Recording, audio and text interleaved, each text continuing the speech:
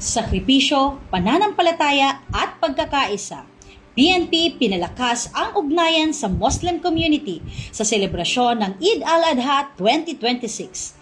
Sa layunin ng pagpapaigting ng ugnayan sa komunidad at pagpapakita ng suporta sa ating mga kapatid na Muslim, nakilahok ang Camarines Norte Police Provincial Office sa pagdiriwang ng Eid al-Adha o Feast of Sacrifice nitong ika-27 ng Mayo taong kasalukuyan.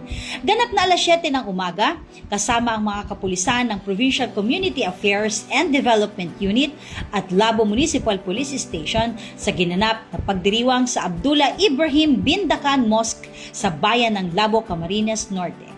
Nakisa rin sa nasabing aktibidad si retired Police Lieutenant Colonel Herculano P. Mago Jr., Municipal Councilor ng Bayan ng Labo at miyembro ng Muslim community na nagsilbing sponsor ng okasyon.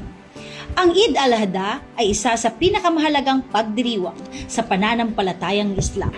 Ito ay paggunita sa matibay na pananampalataya at pagsunod sa propeta Ibrahim sa kalooban ng Diyos.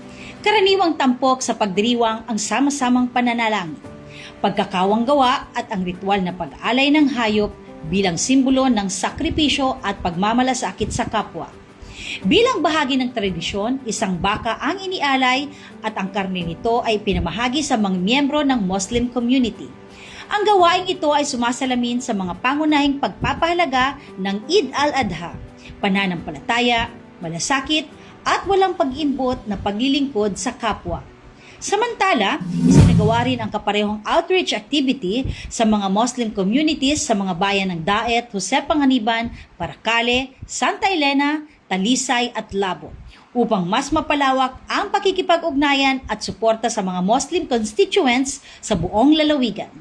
Nagtapos na matagumpay ang nasabing aktibidad dakong alas 12 ng tanghali sa parehong araw. Sa Camarines Norte Police Provincial Office, ako po si Police Staff Sergeant Cecilia Caudilla, nag-uulat para sa Police News Network, bagong PNP para sa bagong Pilipinas. Serbisyong mabilis, tapat at nararamdaman.